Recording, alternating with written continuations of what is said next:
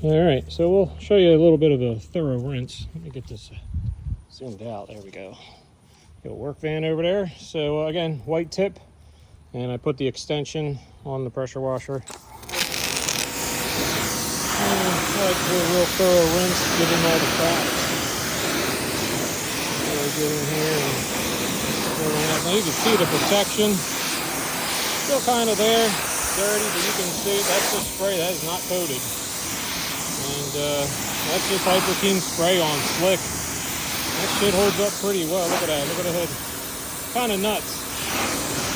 Again, no coating on this car. Zero. Just SiO2 spray. And that holds up pretty good. It's been about a month since I washed it. 3 weeks to a month. Again, I'm getting all the cracks. You can't do this with rinseless. We'll talk about rinseless at some point. I'll go over how all that works. But pretty sure I'm going to start this. This is going to be my crappiest video, so I'm doing it myself. And my son's not here, and I might start making some series of how to take care of your car correctly. Got a little bit of something there, a little bit of dropping there. Just like to get it off. And the windshield. Again, windshield is heating up, but there's no glass coating on there. That's just sprays. I'm not saying that sprays are good to protect your car and heavy stuff. And this car usually gets washed every week and gets a new coat of spray. I never allow it to go too long, but I haven't washed the car in 3 weeks to a month. I think it's been 3 weeks or a month. I don't remember exactly, but it's been a while. We've been busy. But you can see the protection is still there a little bit and kind of dead here. So sprays don't last, even high quality ones like I'm using, and I've tried a lot of them. So you want to protect your car, you got to put a coating on it. Minimum, you got to put a nice coat of wax. They don't last very long, maybe a month, unless you use some of the newer technology waxes with SiO2 in it. Like Pertawax has one that's pretty decent. You can see the roof there; it's still holding up all right. Or a paint sealant. Paint sealant will hold up a few months. If you take real good care of it and put toppers on it, you can get 6 months out of one. Not too bad. But if you really want protection, ceramic's the way to go. Don't listen to that, graphene bullshit. I don't do anything. At least as far as I saw, I compared the two, and I didn't see any benefits of having it and paying the extra money. And I did that in the Adams line. They swear by their graphene coatings are better. I don't think so. I think they're the same. The spray, the CS3 and the graphene CS3, I didn't see any benefit using one way or the other than the smell. The CS3 smells one way, the graphene smells another, and the graphene does smell pretty good. They use some kind of like plum smell or something in there. It smells great. So the pleasure of working with it is worth the extra money, and if you don't give a shit about that, then just buy regular CS3 from Adams. It's good stuff.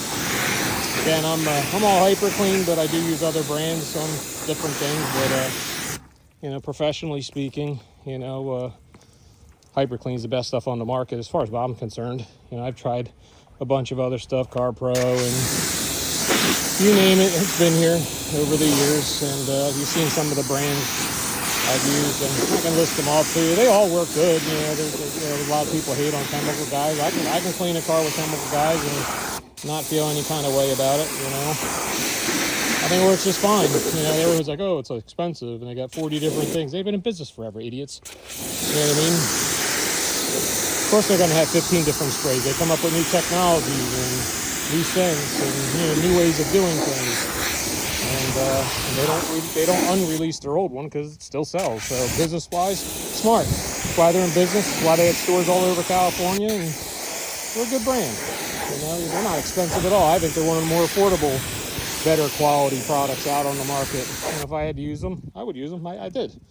I had the whole line here, and I used them for probably a good solid year. I didn't just test one product and make a YouTube video about it and say, oh, it sucks or whatever. I put it through its ringer, and you know what? When you're a professional, or even a non-professional, retired one like I am, you know how things work. You learn how to work with it. You adjust. Yeah, as you can see, that car almost looks like I could just dry it because that pre-clean really did a good job. I don't see hardly no grime at all. Even down here, there's some. Yeah, there's a little bit there. But I'm going to foam it again and then do a hand wash. And currently I just have one media in there, I can go get a couple more and put them in there, flip sides, and then, you know, get a bucket and just throw these, do a panel or so with, you know, mitt, put it in there, put a new one in there, and then you don't even need the grit guard.